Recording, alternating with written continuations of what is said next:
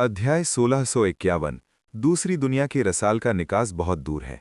ठीक है, ये शुरू हो चुका है। मैं जा रहा हूं और उस राक्षस का ख्याल रखूंगा। कृपया तुम इस जगह पर नजर रखना, आर्यन ने शीतल से कहा। आर्यन ने शीतल को उस स्थान की निगरानी करने के लिए कहा। ये मामला मुझ पर छोड़ दो। शीतल उस जगह की देखभाल करने वाली थी, जबकि आर्यन वहां से दूर था।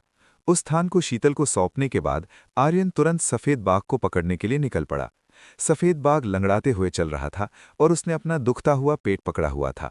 धत, मुझे नहीं लगता कि मैंने कुछ अजीब खाया है, लेकिन ये इतना दर्द क्यों कर रहा है। सफेद बाघ ने कुछ भी अजीब नहीं खाया था, फिर भी उसके पेट में बहुत तेज दर्द हो रहा था। जैसे ही सफेद बाघ अपने पेट की समस्याओं से निपटने के लिए आगे बढ़ा, आर्यन उसके सामने प्रकट हो गया। हूं, मानव? सफेद बाघ तब हैरान रह गया जब उसने अचानक अपने सामने एक इंसान को देखा। सफेद बाघ आर्यन को इस जगह पर देखकर चकित था, क्योंकि सच तो ये था कि ऐसी जगह पर किसी इंसान को देखना काफी चौंकाने वाला था। ये दूसरी दुनिया के रसाल के प्रवेश द्वार से बहुत दूर का क्षेत्र था, इसलिए किसी भी मानव को इस स्थान तक पहुंचने में सक्षम नहीं होना चाहिए था। एक इंसान इस जगह तक कैसे पहुंचा? सफेद बाघ ने आर्यन से पूछा कि उसके जैसा इंसान यहाँ क्यों आएगा। तुम्हें ऐसे मामलों के बारे में जानने की जरूरत नहीं है, मुझे तुमसे कुछ जानकारी चाहिए। आर्यन ने कहा कि उसे सफेद बाघ से जानकारी चाहिए। मैं तुम्हारे जैसे इंसान को कोई जानकारी नहीं दूंगा, तुम चालाक जीव जीने के लायक नहीं हो, सफेद बाघ ने आर्यन से कहा। सफेद बाघ ने आर्यन को जानकारी देने से इनकार कर दिया। वो उसे कुछ भी नहीं बताना चाहता था। बहुत बुरा हुआ। आर्यन ने अपना सिर हिलाया। ऐसा लग रहा था कि सफेद बाघ ने वो जानकारी देने से मना कर दिया है जो वो चाहता था। अब एकमात्र रास्ता बल प्रयोग करना था। उसी तरह आर्यन वो सारी जानकारी प्राप्त कर सकता था जिसकी उसे आवश्यकता थी। आर्यन को लड़ाई करते देख सफेद बाघ के शरीर से अचानक एक आभा निकलने लगी। सफेद बाघ का शरीर एक घने काले आभा से घिर गया था। हालांकि सफेद बाघ के पास सफेद फर था, फिर भी वो एक अंधेरी क्षमताओं वाला राक्षस था। इस जगह के लगभग औसत राक्षसों के पास काली शक्ति थी। यहाँ काली शक्ति का ही सबसे अधिक दबदबा था। आर्यन ने अपना एक हाथ उठाया। उसने इस छोटे बाघ पर निपटने के लिए अपनी स्वर्गीय बिजली हेवनली लाइटनिंग का इस्तेमाल किया। जैसे ही आर्यन ने स्वर्गीय बिजली छोड़ी, सफेद बाघ तुरंत कांपने लगा। आर्यन के हाथ में स्वर्गीय बिजली की शक्ति को महसूस करके वो थर्राने लगा। ये क्या है? ये वास्तव में डरावना महसूस हो रहा है। उसकी जानवरों वाली वृत्ति ने उसे बताया कि आर्यन जिस शक्ति का उपयोग कर रहा था वो भयानक थी। तुम्हें चिंता करने की जरूरत नहीं है, मैं ये सुनिश्चित करूंगा कि तुम मरो नहीं। उम्मीद है कि मैं ऐसा कर पाऊंगा। आर्यन ने आशा की कि हमला झेलने पर सफेद बाघ की मृत्यु न हो। कमीने इंसान, मुझे कम मत समझो। मैं एक शक्तिशाली राजा हूं, बहुत कम लोग। बम। इससे पहले कि सफेद बाघ अपनी बात पूरी कर पाता, वो एक हमले की चपेट में आ गया। उस शक्तिशाली प्रहार ने सफेद बाघ को टक्कर मारी और उसके शरीर की लगभग 90% हड्डियां तोड़ दीं। सफेद बाघ वर्तमान में असहाय होकर जमीन पर पड़ा था। वो अभी के हमले से बहुत कमजोर लग रहा था। दुश्मन को सफलतापूर्वक स्थिर करने के बाद आर्यन सफेद बाघ के और करीब आया। मेरे पास मत आओ, तुम राक्षस। सफेद बाघ अब आर्यन से डरने लगा था। उसके सामने मौजूद इस इंसान के पास अतार्किक शक्ति थी। कोई भी तुम्हें मेरी से बचाने नहीं आएगा, आर्यन ने सफेद बाघ से कहा कि वो जितना चाहे चिल्ला सकता है, वास्तविकता में कोई उसकी मदद नहीं करेगा। आर्यन ने पहले ही इस जगह के चारों ओर बहुत सारी बाधाएं लगा दी थीं, इसलिए कोई भी राक्षस सफेद बाघ की मदद के लिए नहीं आ सकता था। आर्यन की बात सुनकर सफेद बाघ को तुरंत हताशा महसूस हुई। अब उसकी स्थिति से बाहर निकलने में उसकी मदद करने वाला कोई नहीं होगा। आर्यन ने सीधे सफेद बाघ के दिमाग में जानकारी खोजी। वो विश्वसनीय जानकारी चाहता था जिसका वो उपयोग कर सके। जैसा कि आर्यन ने अनुमान लगाया था, सफेद बाघ के पास वो सारी जानकारी थी जिसकी उसे जरूरत थी। हाँ, मुझे इस जगह से निकलने का रास्ता मिल गया है। आर्यन ने आखिरकार दूसरी दुनिया के रसाल से निकलने का रास्ता खोज लिया। सबसे बड़ी समस्या ये थी कि वो जगह बहुत दूर थी। यदि आर्यन अपने सबसे तेज गहन जहाज का उपयोग करता, तब भी इसमें 1 महीने से अधिक समय लगता। इसके अलावा इस जगह की रखवाली करने वाले महान शक्ति गठबंधनों द्वारा कई सील लगाई गई थीं ताकि कोई भी राक्षस गॉड रेल्म में ना भाग सके। आर्यन के पास कोई मौका नहीं था। उसे दूसरी दुनिया के रसाल से बाहर निकलने का दूसरा रास्ता ढूंढना था। आर्यन ने और जानकारी खोजी। वो एक ऐसे वाहन के बारे में जानना चाहता था जो आर्यन को कुछ ही समय में दरवाजे तक पहुंचा सके। थोड़ी देर खोजने के बाद आर्यन को एक दुर्लभ आर्टिफैक्ट के बारे में जानकारी मिली जो आर्यन को 7 दिनों से भी कम समय में निकास तक ले जा सकती थी। वो आर्टिफैक्ट राक्षसों के साम्राज्य की थी और उसे सबसे दुर्गम स्थानों में सील किया गया था। ऐसा लगता है कि मुझे राक्षसों के साम्राज्य में जाना होगा। मुझे वो चीज चाहिए। आर्यन को उस दुर्लभ आर्टिफैक्ट की सख्त जरूरत थी, इसलिए उसे तुरंत साम्राज्य में जाना पड़ा। क्या तुम्हारा काम हो गया? शीतल ने आर्यन से कहा। तुम यहाँ क्यों हो? आर्यन जो हुआ उससे काफी चौंक गया था। वो अपने बगल में शीतल को देखकर काफी हैरान था। शीतल अचानक प्रकट हुई थी, यहां तक कि आर्यन भी उसकी उपस्थिति को मुश्किल से महसूस कर सकता था। ये कहा जा सकता था कि शीतल आर्यन से अपना अस्तित्व छिपाने में बहुत कुशल थी। ऐसा लगता है कि राक्षसों को पता चल गया है कि क्या हो रहा है। चलो चलते हैं, शीतल ने आर्यन को जाने के लिए कहा।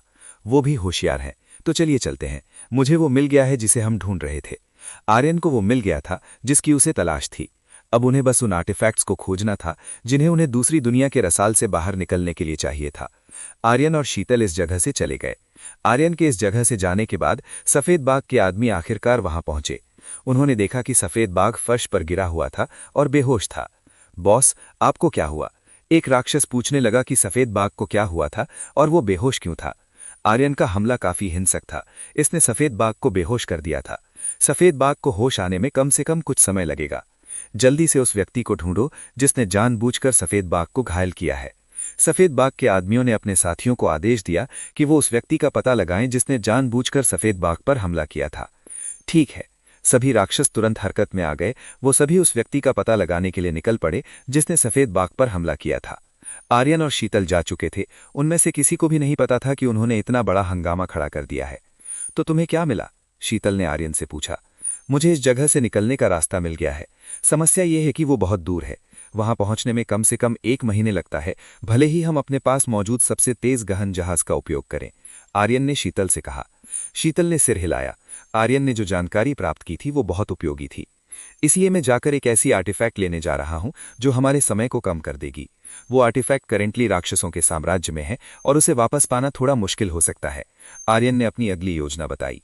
अध्याय 1652 गॉड स्पीड डिस्क की तलाश। आर्यन और शीतल और करीब आ गए।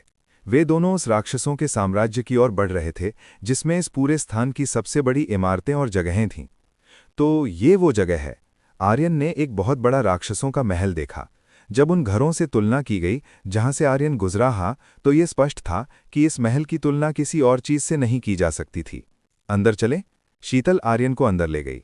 इस जगह के चारों ओर बहुत सारे रक्षक और ऐरे हैं, इसलिए प्रवेश करते समय सावधान रहना। आर्यन को अपनी चिंता नहीं थी। उसे इस जगह को पार करने का पूरा भरोसा था। दूसरी तरफ आर्यन को ये नहीं पता था कि शीतल इसका पीछा कर पाएगी या नहीं, वो ये कर पाएगी या नहीं। आर्यन शीतल की ताकत को कम नहीं आंकना चाहता था। वो जानता था कि शीतल के पास बहुत मजबूत क्षमता है, इसलिए वो उसे कम नहीं समझेगा। तुम मेरी सुरक्षा को लेकर चिंतित हो? शीतल ने आर्यन से पूछा।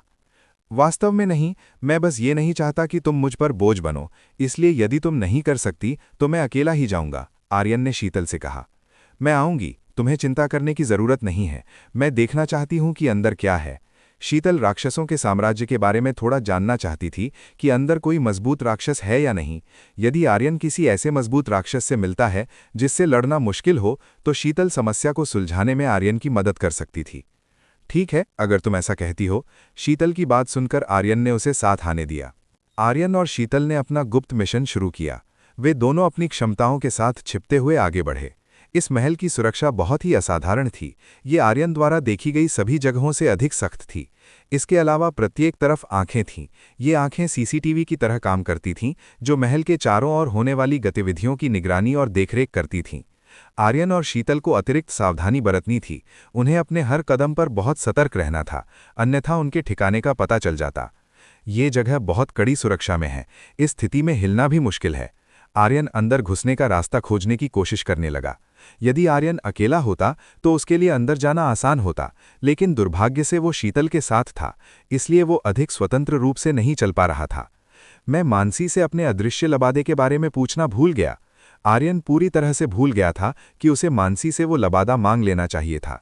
इस तरह समस्या जल्दी हल हो जाती और इस तरह की चीजें करने की जरूरत नहीं पड़ती।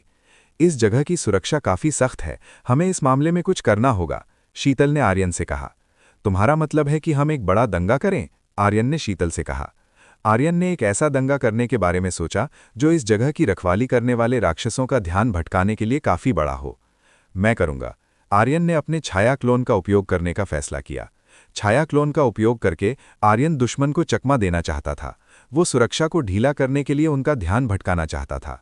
आर्यन ने दर्जनों छाया क्लोन बनाए और उन्हें इस जगह पर अराजकता और दंगे करने के लिए कहा। आर्यन मूल रूप से इसे धीरे धीरे और सफाई से करना चाहता था, लेकिन स्थिति ने उसे ऐसा करने की अनुमति नहीं दी। धूम! क्लोन तबाही मचाने लगे। उन्होंने महल के चारों ओर एक बड़ा हमला किया। डूम डूम डूम डूम। ढोल की थाप सुनाई दी, जो इस बात का संकेत थी कि महल पर हमला हुआ है।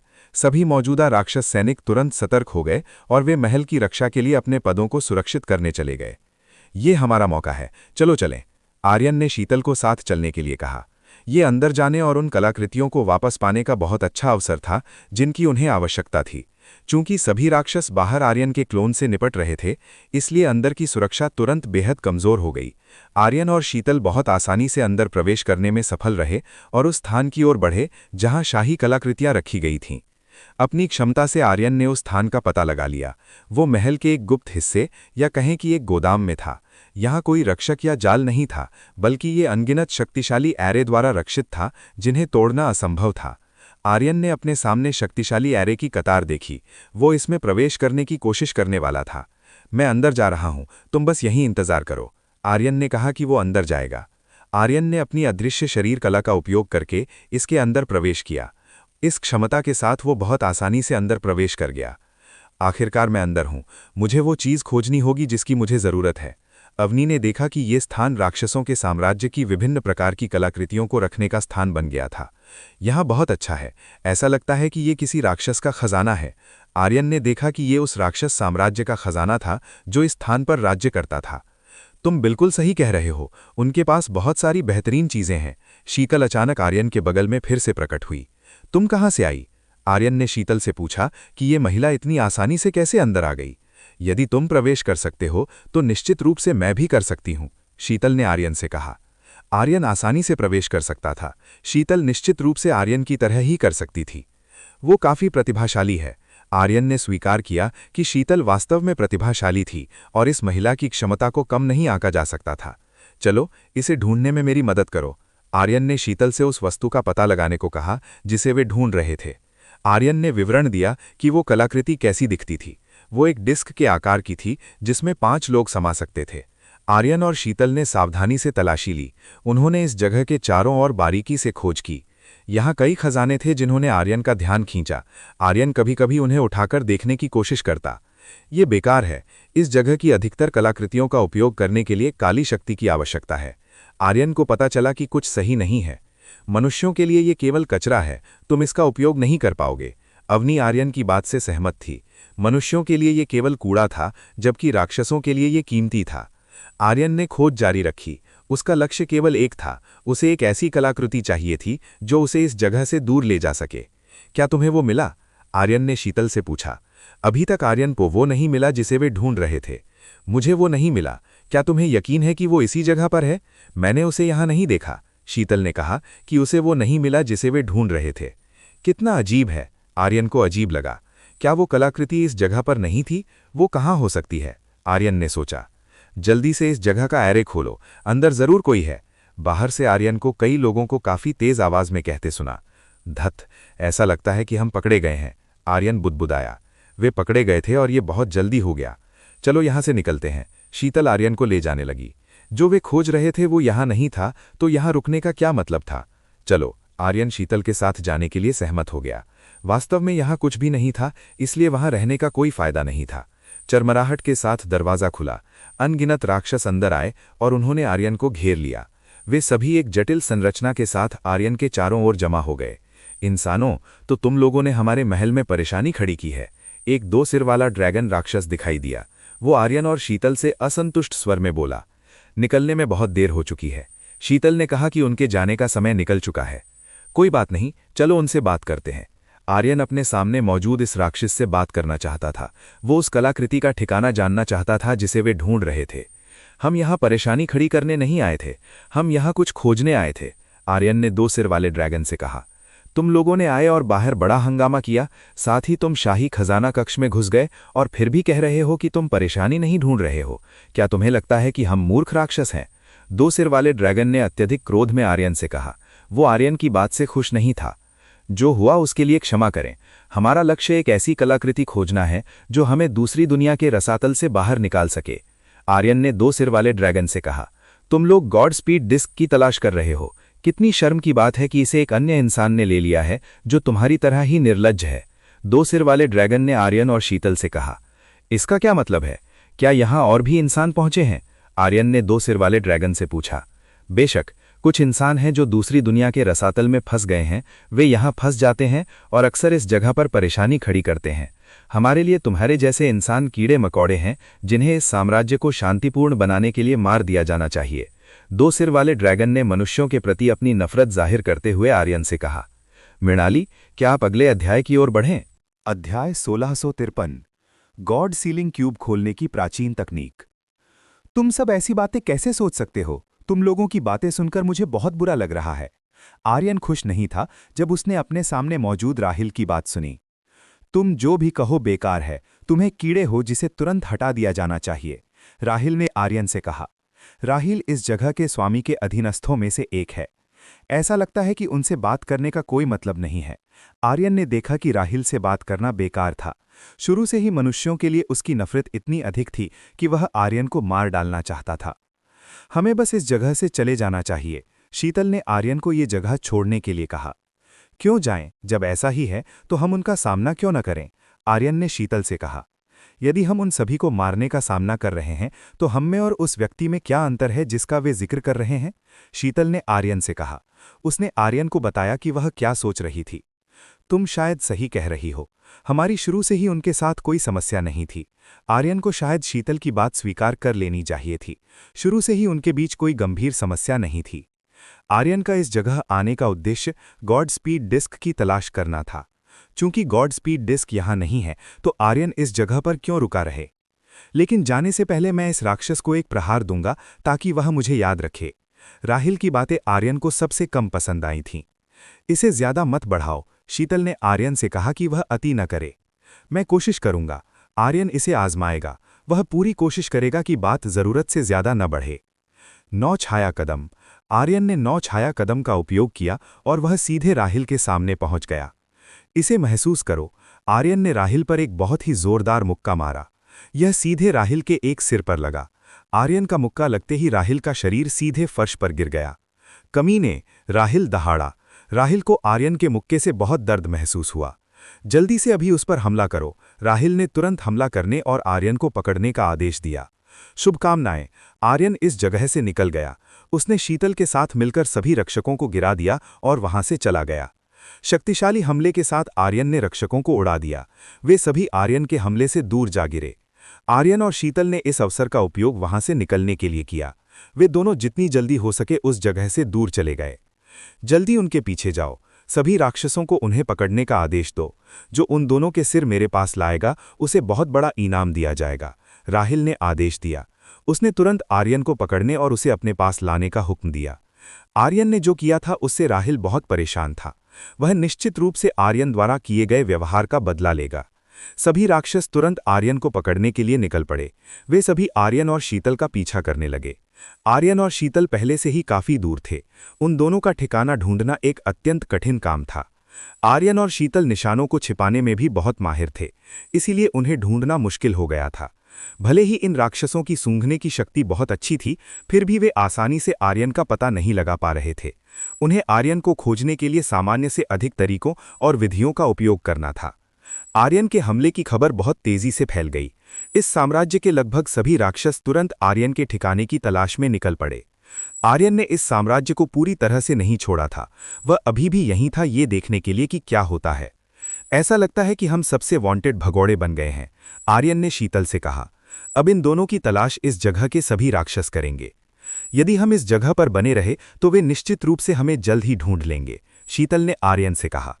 चलो इस साम्राज्य से बाहर निकलते हैं, आर्यन ने शीतल को ये जगह छोड़ने के लिए कहा। शायद कहीं और उन्हें कुछ ऐसा मिले जो उन्हें इस जगह से बाहर निकलने में मदद कर सके। आर्यन और शीतल चले गए। वे बहुत तेजी से उस साम्राज्य से बाहर निकल गए। मनुष्यों के आने की खबर बहुत तेजी से फैल गई। थोड़े ही समय में सभी राक्षस साम्राज्यों ने इस मामले के बारे में सुन लिया। उन सभी ने तुरंत आर्यन और शीतल के ठिकाने की तलाश के लिए शक्तिशाली सैनिक भेजे। यह कहा जा सकता था कि अगणित लोग आर्यन और शीतल का शिकार कर रहे थे। आर्यन और शीतल ने छिपने की जगह खोजने का फैसला किया। वे अब सबसे बड़े भगौड़े बन गए थे। अगणित राक्षस लगातार आर्यन और शीतल पर हमला करने के लिए आ रहे थे। शुरुआत में आर्यन ने आने वाले राक्षसों से लड़ाई लड़ी, लेकिन जैसे जैसे समय बीतता गया और ज्यादा राक्षस आने लगे, जिससे स्थिति कष्टदायक हो गई। यदि आर्यन को लंबे समय तक लड़ना पड़ा तो वह और भी अधिक समय गंवा देगा। आर्यन के लिए समय बहुत महत्वपूर्ण है, उसे बेकार की चीजों पर समय बर्बाद नहीं करना चाहिए। आर्यन और शीतल अंत में छिपने के लिए एक गुफा खोजने पर सहमत हुए। यही एकमात्र जगह थी जो संभवतः छिपने के लिए सबसे सुरक्षित स्थान हो सकती थी। यह पता चलता है कि बड़ी संख्या में राक्षसों का होना बहुत कष्टदायक है। आर्यन ने महसूस किया कि बड़ी संख्या में राक्षसों के खिलाफ लड़ना काफी थका देने वाला था। वे कमजोर हो सकते हैं, लेकिन उनकी संख्या काफी अधिक है और तुम्हारे लिए उनसे लड़ते रहना मुश्किल होगा। इसके अलावा उनकी संख्या बढ़ती जा रही है और वे रुकना नहीं चाहते। शीतल ने आर्यन को जवाब दिया। उसने स्वीकार किया कि इतनी बड़ी संख्या में राक्षसों के खिलाफ लड़ना बहुत मुश्किल था। मुझे फिर से सोचना होगा कि इस जगह से बाहर कैसे निकलना है। आर्यन को बाहर निकलने के तरीके पर फिर से विचार करना था। धिक्कार है, मैं ऐसी स्थिति में क्यों नहीं सोच पा रहा हूं। आर्यन ऐसी स्थिति में कुछ भी नहीं सोच पा रहा था। वह वास्तव में इस उलझन में था कि इस स्थिति से कैसे बाहर निकला जाए। अपनी भावनाओं को बाहर निकालने के लिए आर्यन ने अपने सामने वाली दीवार पर मुक्का मारा। जब आर्यन ने ऐसा किया तो दीवार ढह गई और दीवार का दूसरा हिस्सा खुल गया। दीवार के दूसरी ओर आर्यन को एक ऐसी जगह मिली जो अजीब चित्रों से भरी थी, जिन्हें उसने कभी नहीं देखा था। यह क्या है? आर्यन ने ध्यान से देखा। उसने यह जानने की कोशिश की कि इस जगह में क्या है। इस स्थान पर भिक्षु के कपड़ों में एक मानव कंकाल है। यह कंकाल पालथी मारकर बैठा है और हाथ में कागज का एक रोल पकड़े हुए है। आर्यन पास आया। उसने उस व्यक्ति के हाथ में मौजूद स्क्रॉल लिया। आर्यन ने ध्यान से पढ़ा कि उस आदमी के हाथ में क्या था। ध्यान से पढ़ने के बाद आर्यन को पता चला कि यह गॉड सीलिंग क्यूब को जबरदस्ती खोलने की एक प्राचीन तकनीक थी। अवनी, क्या यह सच है? यह गॉड सीलिंग क्यूब खोलने की एक गुप्त तकनीक है, आर्यन ने अवनी से कहा। मुझे नहीं पता, मुझे उस मामले के बारे में जानकारी नहीं है। यह वास्तव में काफी जटिल लगता है। मुझे नहीं पता कि यह सच है या सिर्फ बकवास। अवनी थोड़ी हिचकी। वह नहीं जानती थी कि इस आदमी के पास जो तकनीक थी वह सच थी या नहीं। तो चलो इसे एक बार आजमाते हैं। मुझे उम्मीद नहीं थी कि ऐसी अनपेक्षित जगह पर मुझे ऐसी चीज मिलेगी। आर्यन पहले से ही गॉड सीलिंग क्यूब को खोलने के तरीके को लेकर काफी निराश था। सच कहें तो आर्यन ने गॉड सीलिंग क्यूब को खोलने के लिए जो कुछ भी किया था वह समय की बर्बादी थी। गॉड सीलिंग क्यूब ऐसी वस्तु है जिसके न खुल पाने की संभावना 99.9% होती है। एक बार जब कोई वहां कुछ रख देता है तो उसे खोलने की संभावना केवल 0.1% होती है। जिस व्यक्ति ने गॉड सीलिंग क्यूब में कुछ सील किया होगा उसने निश्चित रूप से चाबी के अस्तित्व को मिटा दिया होगा। वे इतने मूर्ख नहीं होंगे कि गॉड सीलिंग क्यूब की चाबी इस दुनिया में रहने दें। उनके लिए गॉड सीलिंग क्यूब के भीतर सील करने की आवश्यकता इसीलिए थी ताकि कोई भी इसे चाहे जो भी हो खोल न सके। क्या तुम जो कर रहे हो उसके बारे में आश्वस्त हो? तुम्हारे पास ज्यादा समय नहीं बचा है। अगर तुम ऐसी चीज पर समय बिताते हो तो शायद तुम्हें पछताना पड़े, अवनी ने आर्यन से कहा। आर्यन जो कर रहा था वह शायद व्यर्थ हो सकता था। अवनी, शायद गॉड सीलिंग क्यूब के भीतर कुछ ऐसा हो जो हमें इस जगह से बाहर निकलने में मदद कर सके। इसे आजमाने में क्या हर्ज है? आर्यन ने अवनी से कहा। यह तुम्हारी मर्जी है। आर्यन का संकल्प देखने के बाद अवनी जानती थी कि वह आर्यन को रोक नहीं पाएगी। अवनी को यकीन था कि आर्यन जो कर रहा है उसे करने से वह नहीं रोक पाएगी। आर्यन ने इस रहस्यमय भिक्षु के द्वारा छोड़े गए स्क्रॉल का अध्ययन करना शुरू किया। उसने उनमें दी गई विधियों को सीखना शुरू किया। शीतल ने आर्यन को झांका। वह आर्यन के करीब नहीं आई, बल्कि शीतल ने आर्यन को अकेला छोड़ दिया। लगभग उसे सुराग मिल गया है। यह देखकर शीतल को राहत मिली। ऐसा लग रहा था कि आर्यन सही रास्ते पर था। शुरू से ही शीतल जानती थी कि इस जगह से कैसे निकलना है। दुर्भाग्य से उसने आर्यन को यह बात नहीं बताई। शीतल चाहती थी कि आर्यन अपनी नियति को जिए। अगर शीतल बहुत अधिक हस्तक्षेप करती तो शायद भविष्य बदल जाता और आर्यन आगे विकसित नहीं हो पाता। अध्याय 1654 आयाम निपुणता। शुरू से ही शीतल ही वह थी जिसने आर्यन का मार्गदर्शन किया था। वही आर्यन को इस स्थान तक लेकर आई थी। शीतल का लक्ष्य आर्यन को और भी अधिक शक्तिशाली बनाना था ताकि वह सबसे शक्तिशाली व्यक्ति बन सके। शीतल को पता होना चाहिए था कि गॉड सीलिंग क्यूब के भीतर क्या है, लेकिन शीतल इस मामले में आर्यन को कुछ बताना नहीं चाहती थी। शीतल ने बाहर देखा। उसने महसूस किया कि कई राक्षस इस जगह की ओर आ रहे थे। वे बहुत तेज हैं, मैं पहले उनका ख्याल रखूंगी। ये देखकर शीतल ने राक्षसों से निपटने का फैसला किया। वह इस जगह के राक्षसों को आर्यन को परेशान नहीं करने देगी। शीतल बाहर आई। वह उन दुश्मनों का सामना करने गई जो उन पर हमला करने आए थे। जैसे ही शीतल प्रकट हुई, राक्षस तुरंत उसकी ओर झपटे और उस पर हमला कर दिया। इस जगह से दूर चले जाओ, शीतल ने सभी राक्षसों को जाने के लिए कहा। वह उन सभी को एक साथ नष्ट नहीं करना चाहती थी। कुत्तिया, ज्यादा बातें मत करो, तुम्हारा सिर मेहरा है, राक्षस चिल्लाए। वे जाना नहीं चाहते थी और इसके बजाय उन्होंने शीतल को चुनौती दी। शीतल ने अपना हाथ उठाया और जैसे ही उसने ऐसा किया, एक महान प्रकाश ने उस स्थान को घेर लिया। शीतल द्वारा उत्सर्जित सुनहरी रोशनी के संपर्क में आते ही सभी राक्षस तुरंत पिघल गए। कुछ ही सेकंड में सभी राक्षसों को शीतल ने हरा दिया। शीतल की शक्ति बहुत मजबूत है, वह सभी मौजूदा राक्षसों को बहुत आसानी से हराने में सक्षम है। अधिक से अधिक राक्षस आ रहे थे। शीतल से लड़ने के लिए अनगिनत राक्षस पहुंचने लगे। इस जगह में राक्षसों की संख्या बहुत बड़ी है। जब शीतल ने लड़ने का फैसला किया तो उसके स्थान का पता चल गया और राक्षस निश्चित रूप से आकर उससे लड़ेंगे। यह एक बहुत लंबी लड़ाई होगी। मुझे आशा है कि तुम इस मामले को जल्दी ही सुलझा लोगे। शीतल ने उम्मीद जताई कि आर्यन जल्दी ही काम पूरा कर लेगा। तब तक के लिए ऐसा लग रहा था कि शीतल को इसी स्थान पर रहना होगा और इन राक्षसों को आर्यन को परेशान करने से रोकना होगा। अंदर आर्यन अभी भी स्क्रोल के भीतर की सामग्री का अध्ययन कर रहा था। वह इसके भीतर की बातों को जल्दी से मास्टर करने की पूरी कोशिश कर रहा था। इन स्क्रोल के भीतर की सामग्री बहुत जटिल थी और आर्यन को इसे फिर से अनुवादित करना था, इसलिए सब कुछ समझने में थोड़ा अधिक समय लग सकता था। लगभग 2 दिन और 2 रातें बीत गईं। आर्यन ने इस स्क्रोल की लगभग सभी सामग्री का अनुवाद कर लिया था। यह आखिरकार खत्म हो गया है। आर्यन बहुत खुश था। आखिरकार सब कुछ पूरा हो गया। अब केवल इसे गॉड सीलिंग क्यूब पर आजमाने की जरूरत थी। आर्यन ने गॉड सीलिंग क्यूब निकाला और उसे खोलना शुरू किया। गॉड सीलिंग क्यूब खोलने की प्रक्रिया भी लंबी होने वाली थी। यह प्रक्रिया अत्यंत जटिल थी और इसमें समय लगा। आर्यन ने उस तकनीक का उपयोग किया जिसे उसने अभी खोजा था। उसने गॉड सीलिंग क्यूब खोलने के लिए सीखे गए एक विशेष समूह का उपयोग किया। गॉड कोड नामक इस विशेष एरे के साथ आर्यन गॉड सीलिंग क्यूब को खोल सकता था। हालांकि आर्यन को इसे पूरी तरह से खोलने और भीतर की सामग्री देखने के लिए अधिक समय लेना होगा। 4 दिन से अधिक का समय बीत चुका था। आर्यन अभी भी गॉड सीलिंग क्यूब खोलने की कोशिश कर रहा था। आर्यन ने काफी समय बिताया था।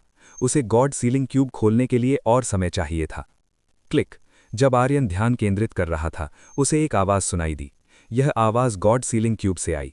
खुल गया। आर्यन ने तुरंत अपनी आंखें खोलीं। उसने तुरंत देखा कि गॉड सीलिंग क्यूब के अंदर क्या था। यह विधि सफल रही। आर्यन उस गॉड सीलिंग क्यूब को खोलने का तरीका खोजने में कामयाब रहा, जिसे खोलना अत्यंत कठिन था। गॉड सीलिंग क्यूब खुलने लगा। इस बॉक्स से एक बहुत ही अजीब क्रिस्टल निकलने लगा। इस क्रिस्टल का आकार अमूर्त था, जो फल के रूप में बदल रहा था, भले ही इसने अपना मूल स्वरूप बरकरार रखा था। यह आर्यन आगे बढ़ा और करीब से देखा। उसे अपने सामने मौजूद इस क्रिस्टल के बारे में बहुत परिचित एहसास हुआ। आर्यन ने क्रिस्टल की ओर हाथ बढ़ाया और जैसे ही उसने ऐसा किया, उसके सामने का क्रिस्टल तुरंत आर्यन के शरीर में समा गया। आर्यन को अपने शरीर में शक्ति भरती हुई महसूस होने लगी। उसका शरीर एक ऐसी शक्ति से भर गया जो बहुत अजीब महसूस हो रहा था। आर्यन ने अपनी आंखें बंद कर लीं। उसने बस इस प्रक्रिया को होने दिया। उसने कोई प्रतिरोध नहीं दिखाया। लगभग 15 मिनट के बाद आर्यन ने अपनी आंखें खोलीं। वह अभी अभी क्रिस्टल के साथ सफलतापूर्वक जुड़ गया था। आर्यन ने अपना हाथ बढ़ाया और अपने सामने के आयाम को फाड़ दिया। मास्टर, वह शक्ति? अवनी ने आर्यन से पूछा। अवनी ने अभी अभी एक असाधारण चीज देखी थी। यह एक आयाम क्रिस्टल है। मुझे उम्मीद नहीं थी कि इसमें ऐसी कोई चीज होगी। यह संयोग इतना बड़ा था। आर्यन को उम्मीद नहीं थी कि गॉड सीलिंग क्यूब में ऐसी चीज होगी। क्या यह बहुत संदिग्ध संयोग नहीं है? अवनी को इस मामले में बहुत संदेह हुआ। चीजें ऐसी कैसे हो सकती हैं? आर्यन को जो गॉड सीलिंग क्यूब मिला था, उसमें सेज गॉड की विरासत कैसे हो सकती है? यह शायद पहले से ही नियति है। आर्यन ने अवनी से कहा। मुझे विश्वास नहीं हो रहा है। यह सब व्यवस्थित किया गया होगा। क्या यह संभव है कि शीतल ने इस मामले की व्यवस्था की हो? यह संयोग होने की संभावना बहुत कम थी। मैं अपनी इस नई क्षमता को सीखूंगा। आर्यन अभी भी इस क्षमता से काफी अपरिचित था। सच कहूं तो इस जीवन में आर्यन ने कभी किसी को आयाम को नियंत्रित करने की क्षमता में महारत हासिल करते नहीं देखा था, इसलिए वह इस मामले में नया था। यह सौभाग्य था कि आर्यन के पास सेज गॉड द्वारा छोड़ी गई विरासत थी। सेज गॉड द्वारा छोड़ी गई लगभग हर चीज आर्यन के लिए बहुत उपयोगी थी। सेज गॉड ने आयाम शक्ति पर कुछ नोट्स छोड़े थे। यह शक्ति नए आयामों को बनाने और फाड़ने में सक्षम थी। इसलिए आर्यन को इस शक्ति का उपयोग करते समय सावधान रहना होगा, अन्यथा विश्व व्यवस्था बदल सकती है। एक आयाम के ढहने के कारण अनगिनत शून्य रसाबल भी प्रकट हो सकते हैं। यह एक विशाल शक्ति है। केवल इस रिकॉर्ड से आर्यन बता सकता था कि यह बहुत बड़ी ताकत थी। किस बात का इंतजार कर रहे हो? इसे जल्दी से सीखो। अवनी ने आर्यन को इसे तुरंत सीखने के लिए कहा। आर्यन को मिली नई क्षमता में जल्दी महारत हासिल करनी होगी। ठीक है, मैं समझ गया, तुम्हें कहने की जरूरत नहीं है। आर्यन ने कहा कि वह इसे जल्द ही करेगा। सेज गॉड द्वारा छोड़ी गई तकनीक का नाम था आयाम निपुणता। पहला स्तर है आयाम विनाशक, दूसरा है आयाम कंपक, तीसरा है अर्ध आयाम। मैं इसे सीखूंगा। आर्यन ने सब कुछ सीखने का निर्णय लिया। ऐसा लगता है कि यह स्थान ढह जाएगा। अवनी ने महसूस किया कि यदि आर्यन वास्तव में सब कुछ अभ्यास करता है तो यह स्थान नष्ट हो जाएगा। इतिहास में केवल सेज गॉड ही इस शक्ति में महारत हासिल करने में सक्षम थे। कहा जाता था कि इस क्षमता का सामना करने पर लगभग सभी प्राणी डर जाते थे। आर्यन ने अपनी बुनियादी शक्ति को विकसित करना शुरू किया। जैसा कि अवनी ने कहा था, जैसे ही आर्यन ने अपनी शक्ति का उपयोग किया, गुफा तुरंत हिल गई और बिखर गई। यह कुछ ज्यादा ही लग रहा है। आर्यन ने अपनी शक्ति का केवल एक छोटा सा हिस्सा उपयोग किया था। उसे परिणाम के ऐसा होने की उम्मीद नहीं थी। शायद आर्यन को कोई दूसरी जगह ढूंढनी चाहिए। यह स्थान प्रशिक्षण के लिए उपयुक्त नहीं है। एक खुली जगह शायद अभी के लिए सबसे अच्छा विकल्प होगी। इस तरह की महान शक्ति को प्रशिक्षित करने के लिए यह जगह बहुत जोखिम भरी है। अध्याय 1655 शीतल की सुंदरता पर मंत्रमुग्ध। आर्यन को अभी भी उस व्यक्ति की समाधि का सम्मान करना था जिसने गॉड सीलिंग क्यूब खोलने की तकनीक दी थी। ये व्यक्ति इस स्थान तक कैसे पहुंचा? आर्यन इस मामले को लेकर उत्सुक था कि ये व्यक्ति यहाँ कैसे आया। क्या उसे निर्वासित किया गया था या वो जानबूझकर यहाँ आया था? इस व्यक्ति ने कुछ जीवन नोट्स लिखे थे जिनसे पता चला था कि ये भिक्षु अपनी क्षमताओं के कारण यहाँ भाग आया था। वो नहीं चाहता था कि ये क्षमता गलत हाथों में पड़े और इसका फायदा उठाया जाए, इसीलिए उसने एक ऐसी जगह जाने का फैसला किया जहां गॉड रेल्म का कोई भी व्यक्ति उसे न ढूंढ सके। आपकी आत्मा को शांति मिले, आर्यन ने प्रार्थना की। उसने व्यक्ति की शांति के लिए प्रार्थना की। शीतल कहाँ है? काम खत्म करने के बाद आर्यन ने देखा कि शीतल वहां नहीं थी। उसने शीतल के जाने पर ध्यान नहीं दिया था। ऐसा लगता है कि वो बाहर है। अवनी ने अनुमान लगाया कि शीतल इस समय बाहर थी। वो बाहर क्यों गई? आर्यन ने बाहर जाने का फैसला किया। वो बाहर शीतल की स्थिति जानना चाहता था कि वो क्या कर रही है। जब आर्यन गुफा से बाहर आया तो उसने देखा कि बाहर काफी बड़ी लड़ाई चल रही थी। ये महान युद्ध शीतल और राक्षसों की एक विशाल संख्या के बीच हो रहा था। आर्यन को युद्ध की आवाज सुनाई नहीं दी थी क्योंकि शीतल ने एक ऐसी बाधा खड़ी कर दी थी जिसने आर्यन को बाहर होने वाली हलचल को महसूस करने से रोक दिया था। इसी कारण आर्यन को उस युद्ध का पता नहीं चला जो लंबे समय से चल रहा था। शीतल की स्थिति बहुत अच्छी नहीं है। ये देखा जा सकता था कि उसके कपड़े काफी फटे हुए थे और उन पर खून लगा था। शीतल का शरीर सुरक्षित था और उस पर कोई निशान नहीं दिख रहा था। ऐसा इसलिए था क्योंकि शीतल खुद को ठीक करने में सक्षम थी, इसीलिए उसके शरीर के घाव बिना कोई निशान छोड़े तुरंत भर गए थे। शीतल का हुड भी हट गया था। इस लड़ाई में उसके पास हुड दोबारा पहनने का समय नहीं था।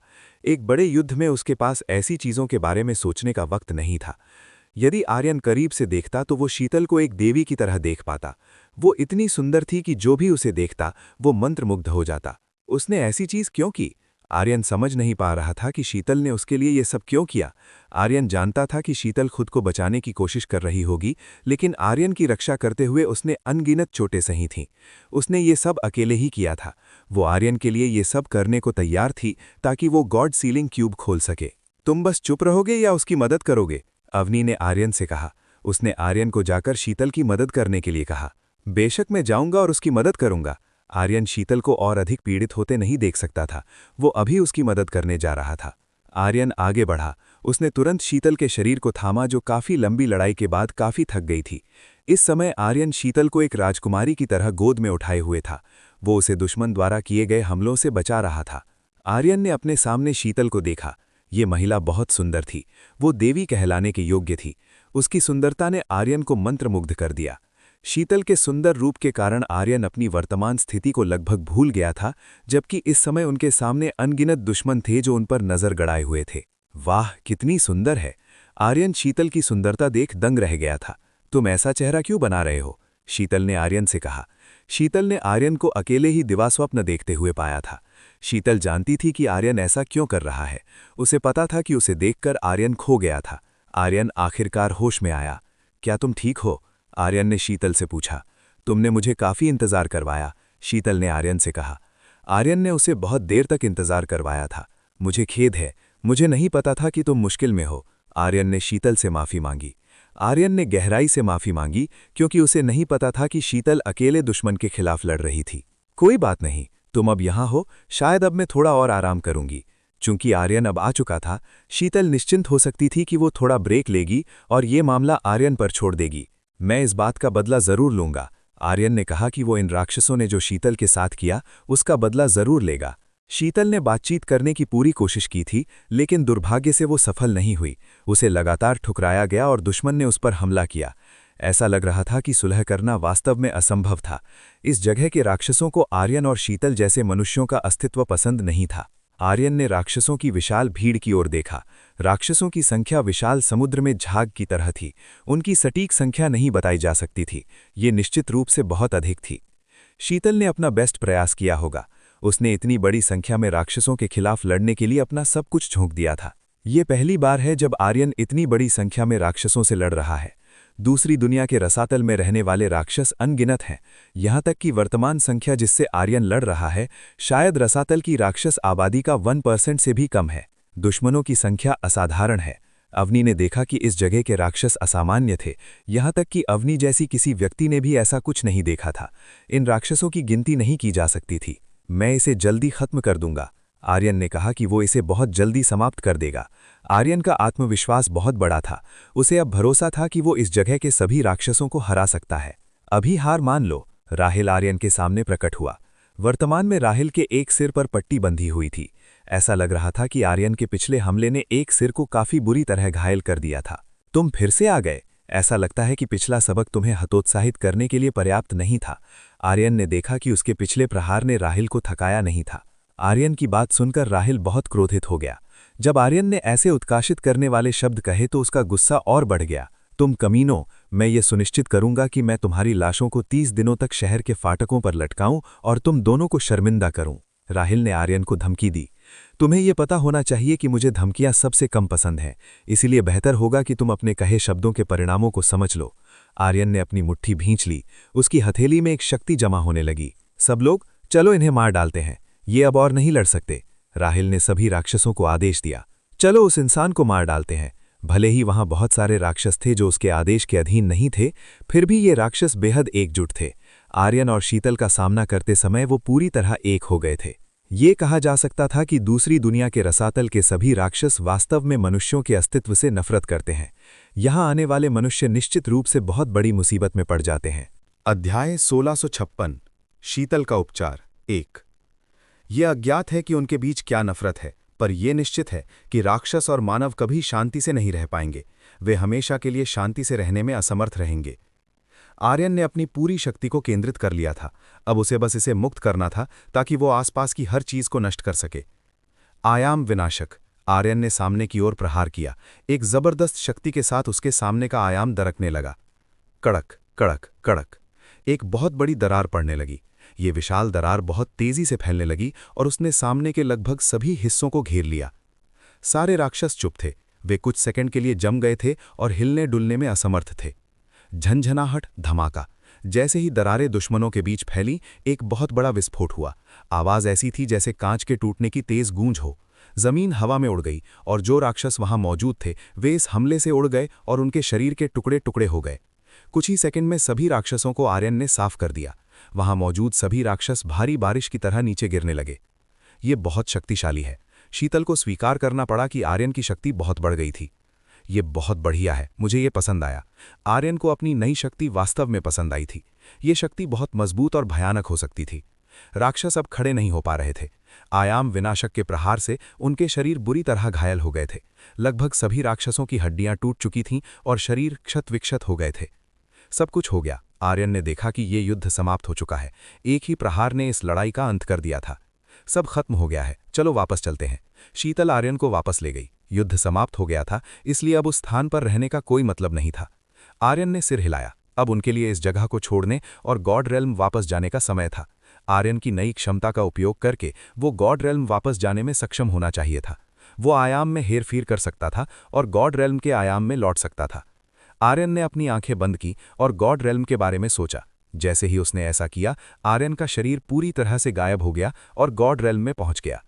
आर्यन ने आंखें खोली तो उसने देखा कि वे एक अपरिचित और अज्ञात स्थान पर थे।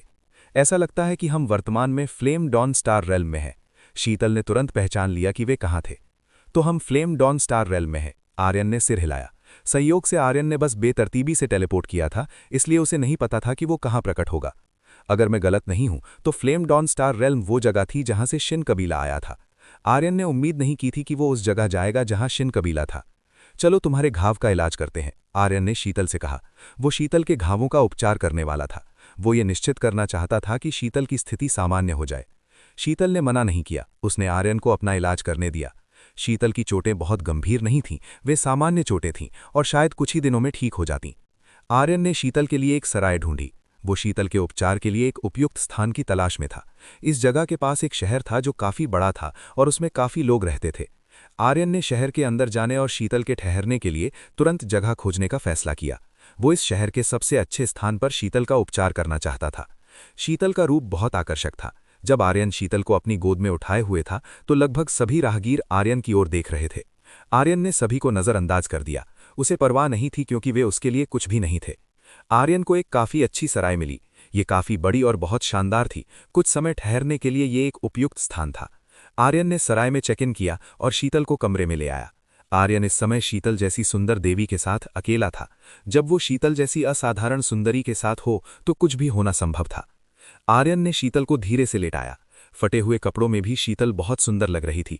कपड़ों के फटे होने के कारण आर्यन शीतल की कोमल त्वचा देख पा रहा था। उसकी त्वचा इतनी चिकनी थी कि आर्यन का मन हुआ कि वो उसे सीधे छुए और सहलाए। शांत हो जाओ, नियंत्रण मत खो। आर्यन ने अपना सिर झकक लिया। उसे शीतल के उपचार पर ध्यान केंद्रित करना था। आर्यन शीतल जैसी सुंदरी के सामने खुद को रोक नहीं पा रहा था, इसलिए वो काफी उत्साहित महसूस कर रहा था। शीतल आर्यन की उग्र नजर देख पा रही थी और वो इस बात को समझती थी। आखिरकार आर्यन अभी भी एक उत्साही युवक था।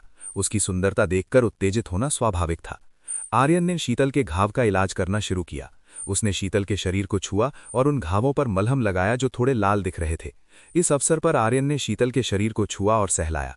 उसने इस मौके का पूरा फायदा उठाया। जैसे ही आर्यन ने उसे छूना शुरू किया, शीतल को एक अजीब सा एहसास हुआ। इस एहसास ने उसे थोड़ा छटपटाने पर मजबूर कर दिया था। ये कैसा एहसास है? शीतल ने पहली बार अपने जीवन में इस तरह का अनुभव किया था। ये एहसास उसके लिए काफी सुखद था और आर्यन का स्पर्श पाकर वो बेहद उत्साहित महसूस कर रही थी। शीतल, तुम्हारा शरीर बहुत सख्त महसूस हो रहा है, क्या इसे कोमल बनाने में मदद चाहिए? आर्यन ने शीतल से कहा। आर्यन शीतल की मदद करते हुए काफी खुश था। शीतल के पास इतनी बड़ी मात्रा में यिन क्यों थी कि आर्यन उसे छोड़ना नहीं चाहता था। करो, शीतल ने आर्यन को अनुमति दे दी। उसने आर्यन को थोड़ी मालिश करने की अनुमति दे दी। शीतल उस एहसास को लेकर उत्सुक थी जो आर्यन उसे दे रहा था। वो कुछ ऐसा आजमाना चाहती थी जो उसने जीवन में पहले कभी नहीं किया था। शीतल अभी भी एक सामान्य महिला की तरह थी। उसकी जिज्ञासा बहुत प्रबल थी। क्या तुम आश्वस्त हो? आर्यन तो केवल मजाक कर रहा था, लेकिन उसे उम्मीद नहीं थी कि शीतल वास्तव में इस तरह सिर हिला देगी। बिल्कुल, तुम किस बात का इंतजार कर रहे हो? शीतल ने आर्यन को इसे करने के लिए कहा। ठीक है, आर्यन ने सिर हिलाया। आर्यन ने अपना हाथ शीतल के बहुत सुंदर पैरों की ओर बढ़ाया। शीतल के पैर बहुत सुंदर थे और आर्यन को उन्हें छूना बहुत पसंद आया। शीतल एक बहुत ही संपूर्ण महिला थी। एक महिला के रूप में उसके पास असाधारण सुंदरता थी। आर्यन को अपने हाथों से शीतल को छूने में स्वाभाविक रूप से आनंद महसूस हो रहा था। इस बार शीतल के मुंह से आह निकली। जब आर्यन ने उसके पैरों को छुआ तो वो कराह उठी। ये एहसास पहले से बिल्कुल अलग था। इस बार शीतल को पहले से कहीं अधिक आरामदायक अनुभव हो रहा था। आर्यन ने शीतल की हल्की मालिश शुरू की। वो ये निश्चित करना चाहता था कि शीतल को अपने जीवन का सबसे अच्छा अनुभव मिले। अध्याय 1657 शीतल का उपचार 2। आर्यन की उंगलियों ने शीतल के पैरों को रगड़ा और दबाया। उसने शीतल के उन तंत्रिका बिंदुओं पर दबाव डाला जो थोड़े तनावपूर्ण लग रहे थे। आर्यन ने शीतल को और अधिक आराम महसूस करने में मदद की। उसने शीतल को सबसे अच्छी मसाज दी। शीतल अभी भी खुद को नियंत्रित करने की कोशिश कर रही थी। वह अपने मुंह से निकलने वाली आहों को रोकने का प्रयास कर रही थी। शीतल का चेहरा लाल होने लगा था। ऐसा लग रहा था कि जो कुछ हो रहा था उससे वह काफी शर्मिंदा हो रही थी। शीतल ने आर्यन को खुद पर एक तरह का हमला करने की अनुमति दी थी और अब उसे इसके परिणामों का सामना करना पड़ रहा था। चाहे शीतल का आत्मविश्वास कितना भी मजबूत क्यों ना हो, उसे आर्यन का मुकाबला करने में कठिनाई हो रही थी। आर्यन की क्षमता कुछ ऐसी थी जिसका विरोध करना अत्यंत कठिन था। ये बहुत आरामदायक है, मैं इसे सहन नहीं कर पा रही हूँ। शीतल को एक ऐसा एहसास हुआ जो बहुत सुखद था। वह आर्यन द्वारा दिए जा रहे उस सुख का मुकाबला नहीं कर पा रही थी। पैशन गॉडेस तकनीक की शक्ति और प्रभुत्व सबसे शक्तिशाली है। यहाँ तक कि शीतल जैसी अछूती देवी भी इस अवस्था में आ गई थी। आर्यन शीतल के भावों को देखने का आनंद ले रहा था। शीतल के चेहरे के भाव सबसे अच्छे थे। आर्यन को उसे इस तरह देखना वास्तव में पसंद आया। शीतल इतनी मोहक लग रही थी कि केवल उसकी आवाज़ सुनकर ही आर्यन उत्तेजित महसूस करने लगा। शुरू से ही शीतल की आवाज़ बहुत कोमल थी, लेकिन जब आर्यन ने अपनी तकनीक से उसे उकसाया तो वह बहुत ही आकर्षक हो गई और उसकी आवाज़ सुनकर आर्यन का रोम रोम पिघलने लगा। शीतल खुद पर से नियंत्रण खोने लगी थी। इस समय केवल महान आनंद ही शीतल को नियंत्रित कर रहा था। शीतल, क्या तुम ठीक हो? क्या यहाँ रुकना ज़रूरी है? आर्यन ने शीतल से पूछा। उसने पूछा कि क्या उसे अभी रुक जाना चाहिए। नहीं, मत रुको, शीतल ने आर्यन को जारी रखने के लिए कहा। वह अभी भी इसे जारी रखना चाहती थी। यदि शीतल यहाँ रुक जाती तो ये निश्चित रूप से बहुत असुविधाजनक होता, इसलिए बेहतर था कि आर्यन इसे जारी रखे। चूंकि शीतल ने ऐसा कहा था, आर्यन ने मसाज करना जारी रखा। शीतल के मुंह से लगातार बहुत ही मोहक आवाज़ें निकल रही थीं और समय के साथ उसकी आवाज़ और भी अधिक उत्तेजक होती गई। आर्यन अब ऊपर की ओर बढ़ने लगा। उसने शीतल की जांघों को छुआ। एक बार फिर आर्यन शीतल की चिकनी जांघों को देखकर चकित रह गया। ये इतनी सुंदर और छूने में आरामदायक थीं कि शीतल की जांघों को छूने का एहसास सबसे अच्छा था। शीतल को अब नीचे थोड़ा गीलापन महसूस होने लगा था। आर्यन के हाथों में वह एक कामुक महिला बन गई थी। कौन विश्वास करेगा कि वर्तमान में क्या हो रहा है?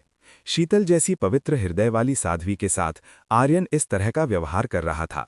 आर्यन की क्षमता के प्रभाव में शीतल एक ऐसी कामुक और उत्साही महिला में बदल गई थी। यदि किसी और को इस मामले के बारे में पता चलता तो वे निश्चित रूप से विश्वास नहीं करते कि क्या हो रहा था। अभी जो हो रहा था उस पर विश्वास करना बहुत कठिन था। अधिकांश लोगों के लिए शीतल एक सौम्य और पवित्र महिला थी। वह एक अच्छी महिला थी जिसे गॉड रेल्म में काफी पूजा जाता था। कई लोग उपचार के लिए शीतल की मदद लेते थे। यही कारण था कि वह एक ऐसी देवी थी जिसे गॉड रेल्म के अधिकांश लोग सराहते थे। और अब ये सुंदर और पवित्र देवी आर्यन के पंजों की गिरफ्त में थी। अगर आर्यन चाहता तो वह आसानी से शीतल का उपभोग कर सकता था। सौभाग्य से आर्यन अभी भी खुद को रोकने में सक्षम था। आर्यन ने ऐसा इसलिए किया क्योंकि वह शुद्ध रूप से शीतल की मदद करना चाहता था। फिर भी आर्यन ने इस स्थिति का लाभ उठाया। आर्यन ऊपर की ओर बढ़ रहा था। उसने पीठ और पेट की मसाज करनी शुरू की। ये हिस्सा किसी महिला को उत्तेजित करने के लिए सबसे आसान होता है। आर्यन अपनी छोटी सी तरकीब से किसी भी महिला को आसानी से उत्तेजित कर सकता था। आह, जैसा कि सोचा था, शीतल के मुंह से काफी तेज आह निकली। वह वास्तव में उस सुख का अनुभव कर रही थी जो आर्यन दे रहा था। आर्यन ने शीतल के कुछ संवेदनशील स्थानों को छुआ था, जिससे शीतल को तुरंत बहुत आनंद मिला और वह चरम पर पहुंच गई। शीतल अपना बेस्ट प्रयास कर रही थी, लेकिन दुर्भाग्य से वह अभी भी खुद को रोक नहीं पाई। आर्यन के कौशल ने उसे शीर्ष पर पहुंचा दिया। शीतल का शरीर बहुत हल्का महसूस हो रहा था। उसे लगा जैसे उसके जीवन के सारे बोझ एक पल में खत्म हो गए हों। भले ही वह ऐसा दिखता हो, लेकिन हकीकत में शीतल पर बहुत बड़ा बोझ और जिम्मेदारी थी। अपनी वर्तमान स्थिति के साथ निश्चित रूप से शीतल के कंधों पर एक बड़ा बोझ था। अब जबकि आर्यन ने उसकी मदद की थी तो शीतल बहुत हल्का महसूस कर रही थी और उसके कंधों का उत्तरदायित्व कम होता जा रहा था। जब शीतल ने सोचा कि सब कुछ खत्म हो गया है, आर्यन ने तब भी शीतल का उपचार जारी रखा। उसने यथासंभव बेहतर तरीके से शीतल का इलाज करना जारी रखा। ये कहा जा सकता था कि आर्यन की मसाज अभी खत्म नहीं हुई थी। आर्यन, तुम अभी भी क्यों जारी रख रहे हो? शीतल ने आर्यन से पूछा। उसने पूछा कि वह अभी भी इस मामले को क्यों खींच रहा है। ऐसा इसलिए है क्योंकि मैंने अभी तक खत्म नहीं किया है। आर्यन ने कहा कि वह अभी खत्म नहीं हुआ है, अभी तो शुरुआत है। क्या? शीतल ये सुनकर हैरान रह गई। उसे उम्मीद नहीं थी कि ये अभी शुरुआती दौर में है। ये निश्चित रूप से थोड़ा आश्चर्यजनक था। भले ही शीतल ने सोचा था कि ये खत्म हो गया है, लेकिन ये तो बस शुरुआत थी। शीतल और भी साहसी बन गई। उसकी आवाज़ और भी अधिक मोहक होती गई। आर्यन ने इस अवसर का उपयोग शीतल की यिन ऊर्जा को अवशोषित करने के लिए किया। उसने खुद को लाभ पहुंचाने के लिए इस मौके का फायदा उठाया। शीतल को मसाज थेरेपी देने के अलावा आर्यन को वास्तव में बड़े लाभ मिले। उसे शुद्ध यिन ऊर्जा मिली और वह ऐसी चीजें देख पाया जिनकी किसी और ने कभी कल्पना भी नहीं की होगी। आर्यन ने लगभग 30 मिनट तक शीतल का उपचार किया। इस दौरान शीतल को कई बार चरम पर पहुंचने के लिए मजबूर होना पड़ा। निश्चित रूप से इससे शीतल बेहद थकी हुई महसूस करने लगी थी। शीतल के पास आगे बढ़ने के लिए बहुत ताकत नहीं बची थी। शीतल ने अपना हाथ लहराया और वह एक चकाचौंध भरी रोशनी से घिर गई। रोशनी इतनी तेज थी कि आर्यन को अपनी आंखें बंद करनी पड़ी। आर्यन को नहीं पता था कि शीतल उस समय क्या कर रही थी। ये रोशनी ज्यादा देर तक नहीं रही। 15 सेकंड के भीतर ये रोशनी गायब हो गई। शीतल अब एक नई, बिल्कुल साफ सफेद पोशाक पहने हुए थी। उसका रूप भी अत्यंत सुंदर हो गया था। वह बिस्तर पर लेटी एक सुंदर देवी जैसी लग रही थी। कृपया मुझे अकेला छोड़ दो, मैं आराम करूंगी, शीतल ने आर्यन से कहा। शीतल कुछ देर आराम करना चाहती थी। ठीक है, आर्यन ने सिर हिलाया। वह वहां से जाने वाला था कि शीतल आराम कर सके। मास्टर, ऐसा लगता है कि बहुत से लोग आपको ढूंढ रहे हैं, अवनी ने आर्यन से कहा। बहुत सी महिलाएं आर्यन के ठिकाने की तलाश कर रही थीं। क्या वे पहले से ही परिद्वार के अंदर हैं? आर्यन ने अवनी से पूछा। हाँ, अवनी ने सिर हिलाया। उसने बताया कि लया और अन्य महिलाएं परिद्वार के अंदर थीं। ठीक है, मैं जाकर उनसे मिलूंगा, आर्यन ने कहा। वह जाकर उनसे मिलेगा। शीतल की स्थिति में अब सुधार हो चुका था, इसलिए वह उसे कुछ समय के लिए छोड़ सकता था। अध्याय 1658। शीतल की सुंदरता की अफवाहें फैली। आर्यन परिद्वार के अंदर चला गया। वह देखना चाहता था कि वहां स्थिति कैसी है। पति। जैसे ही आर्यन परिद्वार में दाखिल हुआ, उसका स्वागत लया, मानसी, ईशानी, रोमिला, मायरा, जानवी, सरस्वती, चाहत और 7 फेरी सक्यूबस वे किया। वे सभी आर्यन को चारों ओर से घेरने लगी। वे सभी आर्यन को बहुत याद कर रही थी क्योंकि वो काफी समय से दूर था। ईमानदारी से कहूं तो आर्यन के लिए ये केवल 9 दिन हो सकते हैं, लेकिन उन महिलाओं के लिए आर्यन की अनुपस्थिति लगभग 4 महीने की थी। वे स्वाभाविक रूप से आर्यन के ठिकाने के बारे में बहुत चिंतित थीं। मानसी, लया और मायरा ने आर्यन को खोजने के लिए काफी संसाधन लगाए थे, लेकिन उस दौरान उन्हें आर्यन का कोई निशान नहीं मिला। इससे वे निराश हो गईं और परिद्वार भी दुर्गम लग रहा था, जिसने उन सबको आर्यन की सुरक्षा के लिए और अधिक चिंतित कर दिया था। तुम्हें चिंता में डालने के लिए मुझे खेद है। आर्यन वास्तव में माफी मांग रहा था। वो हर किसी को परेशान करने के लिए बहुत दोषी महसूस कर रहा था। तुम इतने समय से कहाँ गए थे? मानसी ने आर्यन से पूछा। वो जानना चाहती थी कि आर्यन कहाँ चला गया था। आर्यन ने विस्तार से समझाया कि वो कहाँ गया था। उसने बताया कि वो एक ऐसी जगह फंस गया था जहां से निकलना बहुत मुश्किल था, अन्यथा उसे वापस आने में और भी समय लग जाता। मानसी ने सिर हिलाया। आर्यन का जवाब संतोषजनक था और वह समझ सकती थी कि वहां क्या हुआ होगा। क्या मेरे अनुपस्थित रहने के दौरान कुछ हुआ? आर्यन ने मानसी से पूछा। वो जानना चाहता था कि पिछले 4 महीनों में बाहर की दुनिया में क्या गतिविधियां हुई हैं। तुम्हारी अनुपस्थिति में काफी कुछ हुआ, मानसी ने सूचित किया कि आर्यन के बाहर रहने के दौरान बहुत सी घटनाएं घटी। वो क्या है? आर्यन मानसी से विस्तार से जानना चाहता था। मानसी ने आर्यन के जाने के बाद की बातें बताईं। पहली खबर ये थी कि अमर अमोघ सागर क्षेत्र बड़े पैमाने पर तलाशी ले रहा था। अभी वे नाकाबंद हीरो की तलाश कर रहे थे और पूरे गॉड रेल्म में अपनी सेना भेज रहे थे। पिछली हार ने अमर अमोघ सागर क्षेत्र का अपमान किया था, इसलिए उस कलंक को साफ करने के लिए उन्हें आर्यन को पकड़ना और धोना था। वे अभी भी हार नहीं मान रहे हैं। आर्यन वास्तव में अमर अमोघ सागर क्षेत्र से नफरत करता था। अगर उसे मौका मिला तो वो उसे नष्ट कर देगा। मास्टर भी 3 महीने से अधिक समय से लापता हैं। मुझे उनका कोई सुराग नहीं मिल रहा है। मानसी ने सूचित किया कि निवेदिता भी गायब हो गई थी। आर्यन के गायब होने के कुछ समय बाद ही निवेदिता का भी कोई पता नहीं चला। पीक लॉर्ड निवेदिता काफी मजबूत हैं, इसलिए वो ठीक होनी चाहिए। निवेदिता की ताकत को देखते हुए आर्यन को विश्वास था कि उनके साथ कुछ बुरा नहीं हुआ होगा। सबसे अधिक संभावना ये थी कि निवेदिता अपनी शक्ति को जगाने के लिए बंद दरवाजे के पीछे साधना कर रही थीं। क्या कुछ और भी है? आर्यन ने मानसी से पूछा। वो गॉड रेल्म की और खबरों के बारे में जानना चाहता था।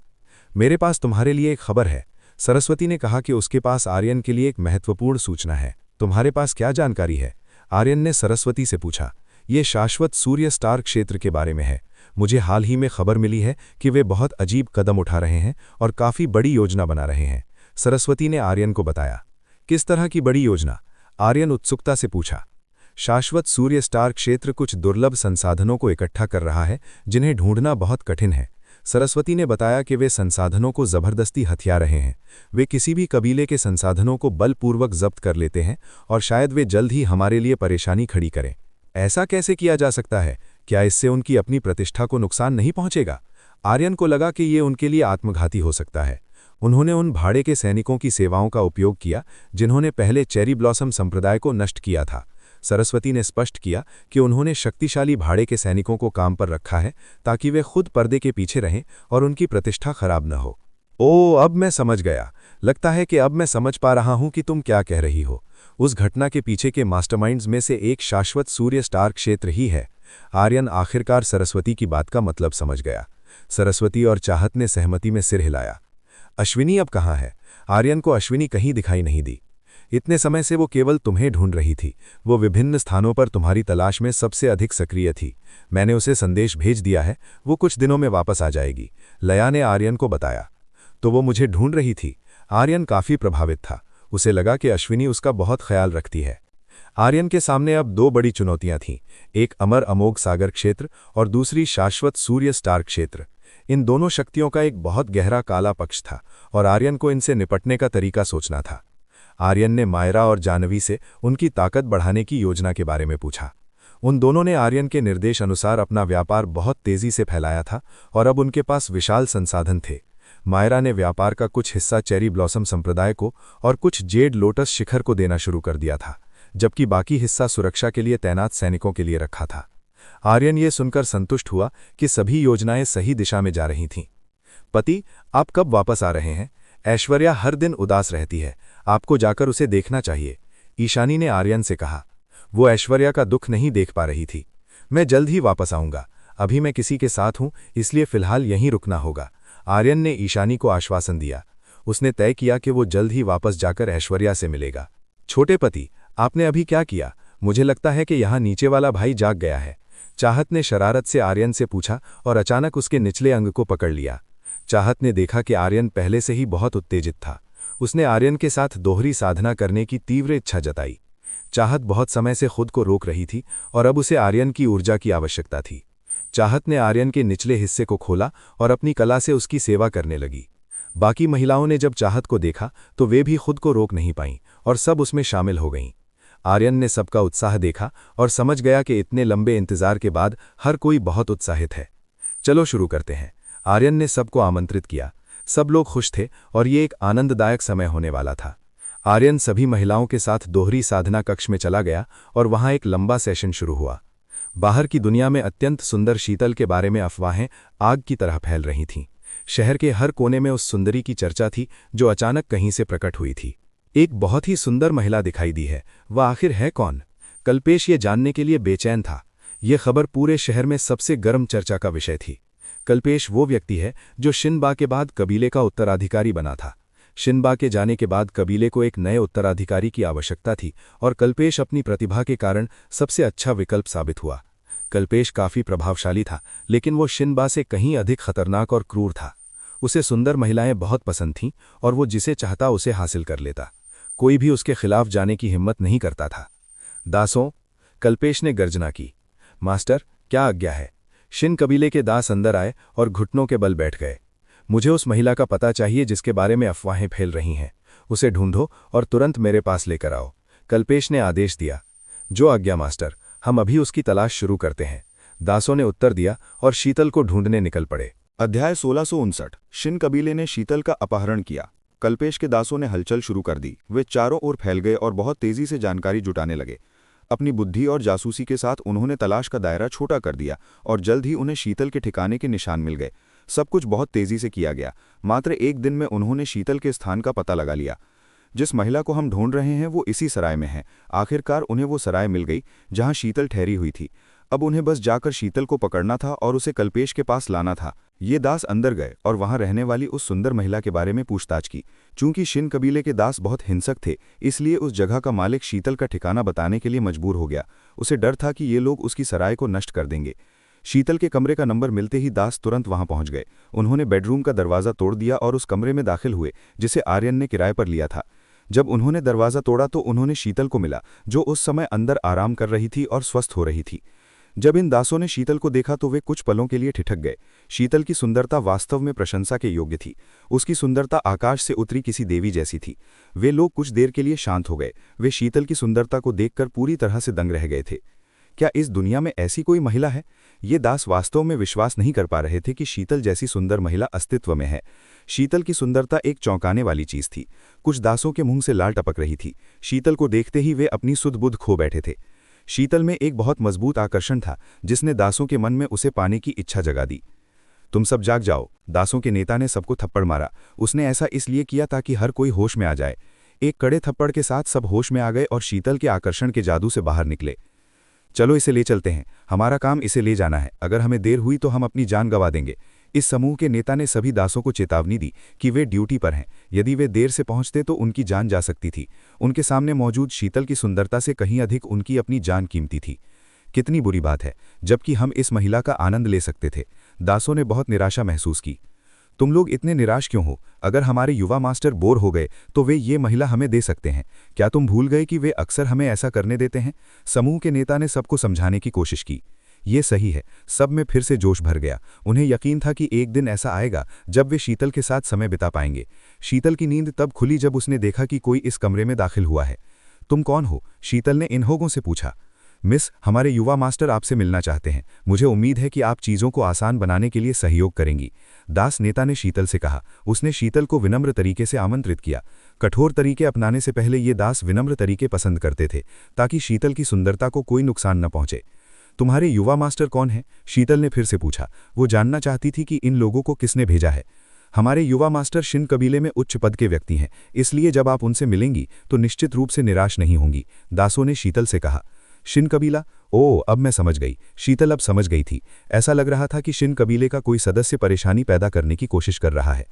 ठीक है, मैं तुम्हारे साथ आऊंगी। शीतल सहमत हो गई। वो उन लोगों के साथ जाने के लिए तैयार हो गई। दासों ने एक दूसरे की ओर देखा। उन्हें उम्मीद नहीं थी कि वे शीतल जैसी किसी महिला को इतनी आसानी से ले जा पाएंगे। ऐसा लगा कि उन्हें शीतल को अपने साथ ले जाने के लिए हिंसा का सहारा नहीं लेना पड़ा। शीतल उन लोगों के साथ कल्पेश से मिलने चली गई। परिद्वार के अंदर आर्यन वर्तमान में अपनी महिलाओं के साथ दोहरी साधवा कर रहा था। आर्यन बहुत खुश था। वो वास्तव में अपनी सभी महिलाओं के साथ समय बिताकर बहुत प्रसन्न था। वर्तमान में आर्यन के साथ लया थी। वो आर्यन की ऊर्जा को अपने शरीर के भीतर ग्रहण कर रही थी। पति, ये बहुत अच्छा है, आप वास्तव में बहुत शक्तिशाली हैं, लया ने आर्यन से कहा। आर्यन के कौशल ने लया को बहुत सुखद अनुभव कराया। मैं तुम्हें निश्चित रूप से संतुष्ट करूंगा, आर्यन ने कहा। पर्याप्त अनुभव के साथ सभी महिलाओं का सामना करने के लिए आर्यन ने अपनी पूरी ताकत और कौशल का उपयोग किया, जिससे सभी महिलाएं बहुत जल्दी हार गईं। सभी महिलाओं में लया सबसे अच्छी थी। आर्यन के विरुद्ध उसकी सहनशीलता उत्कृष्ट थी, फिर भी लया जल्दी ही थक गई। आर्यन का प्रभाव उसके लिए असहनीय था। आह, लया चिल्लाई। वो आर्यन के कौशल से चरम पर पहुंच गई। आर्यन ने अब और खुद को नहीं रोका और लया के साथ पूरी ऊर्जा से साधना की। सभी महिलाएं बिस्तर पर ढीली होकर लेट गईं। वे थक गई थीं और साथ ही आर्यन ने जो किया उससे बहुत संतुष्ट भी थीं। हे, लगता है कि ये मेरी विजय है। आर्यन काफी संतुष्ट था। मास्टर, कुछ दिन बीत गए हैं, क्या आप शीतल की स्थिति नहीं देखना चाहते? अवनी पास आई और उसने आर्यन को बताया कि कुछ दिन बीत गए हैं। बहुत तेज। आर्यन को उम्मीद नहीं थी कि वो कुछ दिनों तक दोहरी साधना करेगा। जब आर्यन अपनी महिलाओं के साथ मजा कर रहा था तो समय उड़ गया। ठीक है, मैं जाकर देखूंगा कि शीतल की स्थिति कैसी है। आर्यन ने तुरंत खुद को साफ किया और बेहतर कपड़े बदले। अवनी, मैं इन्हें तुम्हारे भरोसे छोड़ रहा हूं। आर्यन ने वहां मौजूद सभी महिलाओं की जिम्मेदारी अवनी को सौंप दी। अवनी ने एक गहरी सांस ली। ऐसा लग रहा था कि उसे बहुत सारा काम करना पड़ेगा। अवनी ने लया और अन्य लोगों की मदद की। उसने उन सब का ख्याल रखने के लिए उन्हें जगाया। परिद्वार छोड़ने के बाद आर्यन फिर से उस कमरे में प्रकट हुआ जिसे उसने किराए पर लिया था। शीतल, तुम कैसी हो? आर्यन ने शीतल की स्थिति के बारे में पूछा। आर्यन अपनी जगह पर रुक गया। शीतल उस स्थान पर नहीं थी। वो कहाँ है? क्या वो चली गई? आर्यन को उस जगह के आसपास शीतल नहीं दिखी, न ही वो आसपास शीतल की उपस्थिति महसूस कर सका। आर्यन ने प्रवेश द्वार की ओर देखा। ऐसा करते हुए उसने पाया कि इस कमरे का दरवाजा क्षतिग्रस्त था। क्या इसका किसी ने अपहरण कर लिया है? आर्यन का पहला विचार यही था कि शीतल को किसी ने अगवा कर लिया है, वरना दरवाजा इस तरह कैसे टूट सकता है? ये करने में कौन सक्षम है? आर्यन जानना चाहता था कि वो कौन व्यक्ति था जो शीतल का अपहरण करने में सक्षम था। शीतल की ताकत के साथ बहुत कम लोग ऐसा कर सकते थे। सोचने का कोई मतलब नहीं है, मैं उसे ढूंढूंगा। आर्यन ज्यादा सोचना नहीं चाहता था। वो तुरंत शीतल की तलाश में निकल पड़ा। सबसे पहले आर्यन नीचे गया। उसने पूछा कि क्या इस जगह के मालिक को पता है कि शीतल अभी कहाँ है। मालिक ने आर्यन को बताया कि क्या हुआ था। ये स्पष्ट था कि शीतल पर आई मुसीबत के बारे में बताते समय वो थोड़ा डरा हुआ था। अध्याय 1660 कल्पेश का विवाह प्रस्ताव। तुम ऐसा कुछ कैसे होने दे सकते हो आर्यन? आर्यन ने सराय के मालिक से कहा। वो इस बात से बहुत नाराज था कि उसने शीतल को ले जाने दिया। युवा मास्टर, मुझे वास्तव में खेद है। मैं शिन कबीले के लोगों के खिलाफ जाने की हिम्मत नहीं करता। अगर मैं उनसे लड़ता तो ये जगह पूरी तरह से तहस नहस हो जाती। सराय के मालिक ने आर्यन से कहा। वो मालिक सिर्फ एक साधारण आदमी था। अगर वो शिन कबीले को चुनौती देता तो ये तय था कि उसकी सराय को कुचल दिया जाता। क्या यही तुम्हारा एकमात्र कारण है? आर्यन ने उस मालिक से कहा। सराय के मालिक का जवाब सुनकर आर्यन नाखुश था। युवा मास्टर, हमें वास्तव में खेद है। मालिक ने आर्यन से फिर से माफी मांगी। वो जो हुआ उसके लिए बहुत पछता रहा था। मुझे तुमसे माफी की जरूरत नहीं है। आर्यन ने स्पष्ट कर दिया कि उसे माफी से कोई लेना देना नहीं है। क्या तुम जानते हो कि वो लोग उसे कहाँ ले गए हैं? आर्यन ने पूछा कि शिन कबीले के दास शीतल को कहाँ ले गए हैं। सबसे अधिक संभावना है कि वे उसे जुआ खेलने की जगह कैसीनो ले गए हैं। वो कल्पेश की पसंदीदा जगह है। मालिक ने आर्यन को कल्पेश के ठिकाने के बारे में बताया। कैसीनो? ठीक है, मैं वही जाऊंगा। कल्पेश का पता चलने के बाद आर्यन को बस वहां जाकर उससे मिलना था। आर्यन जानना चाहता था कि वो शीतल को अपने साथ क्यों लाया है, और आर्यन शिन कबीले को इस हरकत के लिए सबक सिखाना चाहता था। शिन कबीले के बेशर्म सदस्य हमेशा मुसीबत की तलाश में रहते थे और आर्यन को चिढ़ाते थे। आर्यन सराय से निकला और कल्पेश की दिशा में चल दिया। आर्यन अविश्वसनीय गति से निकला और कुछ ही सेकंड में वो इस शहर के सबसे बड़े जुआ घर में पहुंच गया। आर्यन ने देखा कि ये काफी बड़ी इमारत थी जिसमें हर तरह के खेल चल रहे थे और वहां बहुत सारी महिलाएं घूम रही थीं। तो वो व्यक्ति इस जगह पर है। आर्यन ने अपने सामने के कैसीनो को देखा। शीतल को लाने वाला व्यक्ति इसी जगह पर था। आर्यन ने अंदर जाने का फैसला किया और शीतल के ठिकाने की तलाश शुरू की। सुंदर, क्या तुम्हें साथ चाहिए? जैसे ही आर्यन अंदर गया, अनगिनत महिलाओं ने उसका स्वागत किया। ये महिलाएं आर्यन के साथ रहने के लिए खुद को पेश कर रही थीं। उनका काम मेहमानों की सेवा करना और उसके बदले भुगतान प्राप्त करना था। इस जगह की महिलाएं बहुत नखरीली और मोहक व्यवहार करती थीं। वे पुरुषों को लुभाने के लिए अपने आकर्षण का उपयोग करती थीं। ग्राहकों को रिझाने के लिए ये उनका सबसे शक्तिशाली तरीका था। क्या तुम में से कोई कल्पेश के ठिकाने के बारे में जानता है? आर्यन ने उन महिलाओं से पूछा। उसने घोषणा की कि जो महिला उसे जवाब देगी वो उसे उपहार देगा। मैं जानती हूँ। लगभग सभी महिलाएं कल्पेश के अस्तित्व को जानती थीं। वे सब जानती थीं कि कल्पेश एक बहुत ही सुंदर महिला के साथ कमरे में है। जो मुझे वहां तक पहुंचा सकता है मैं उसे उपहार दूंगा। आर्यन ने गहन ऊर्जा क्रिस्टलों से भरा एक बैग निकाला और उन सभी महिलाओं को दिखाया। क्रिस्टल देखकर उन सब की आंखों में चमक आ गई। उनके लिए उन क्रिस्टलों का बहुत मूल्य था। मैं तुम्हें ले जाऊंगी। सभी महिलाएं आपस में छीना झपटी करने लगीं। वे सब आर्यन से उपहार पाना चाहती थीं। आर्यन को सुंदर होने के साथ साथ एक उदार व्यक्ति मानकर वे सब उसके करीब आना चाहती थीं। हंगामा होते देख आर्यन ने अपने सामने वाली महिलाओं में से एक को चुना ताकि दंगा ना हो। तुम वहां वाली। आर्यन ने एक ऐसी महिला को चुना जो थोड़ी और सामान्य दिख रही थी।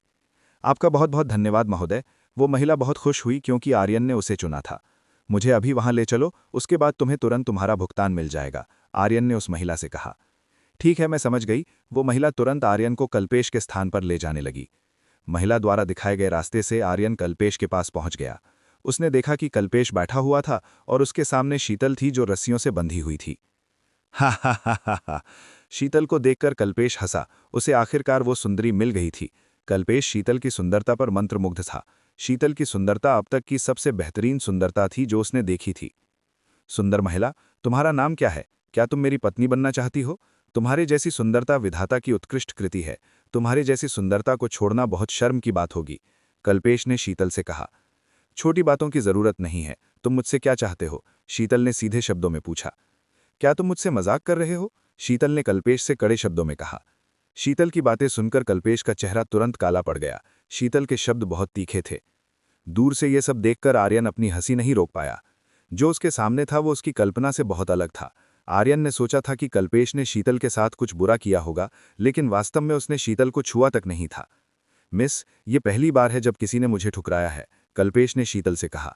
सच तो ये था कि वो इस तरह के इनकार से खुश नहीं था।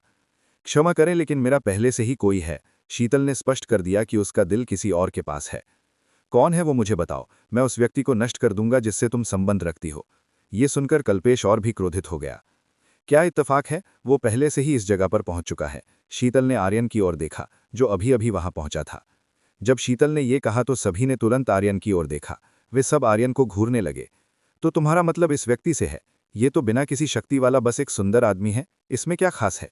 कल्पेश ने आर्यन की ओर इशारा किया। उसने आर्यन को एक कमजोर आदमी के रूप में देखा। ऐसा इसलिए हुआ क्योंकि आर्यन ने अपनी ताकत को डिवाइन स्पिरिट रेल्म के स्तर पर छिपा रखा था, जिससे कल्पेश के लिए आर्यन का अपमान करना आसान हो गया। तुम्हें पता होना चाहिए कि वो तुमसे 10,000 गुना बेहतर है। शीतल ने कल्पेश के अहंकार को चोट पहुंचाई। बस इसे देखो, मैं इसे नष्ट कर दूंगा। हम देखेंगे कि जब मैं इसे खत्म कर दूंगा तब भी क्या तुम यही कहोगी। कल्पेश आर्यन का सुंदर चेहरा बिगाड़ना चाहता था। कल्पेश को लगता था कि आर्यन में सुंदरता के अलावा कुछ भी अच्छा नहीं है। उसे यकीन था कि आर्यन के नष्ट होने के बाद शीतल उसकी ओर आकर्षित नहीं होगी। वो उन्हें क्यों उकसा रही है? आर्यन शीतल के इरादों को नहीं समझ पाया। शीतल ने कल्पेश को उकसाने की जहमत क्यों की?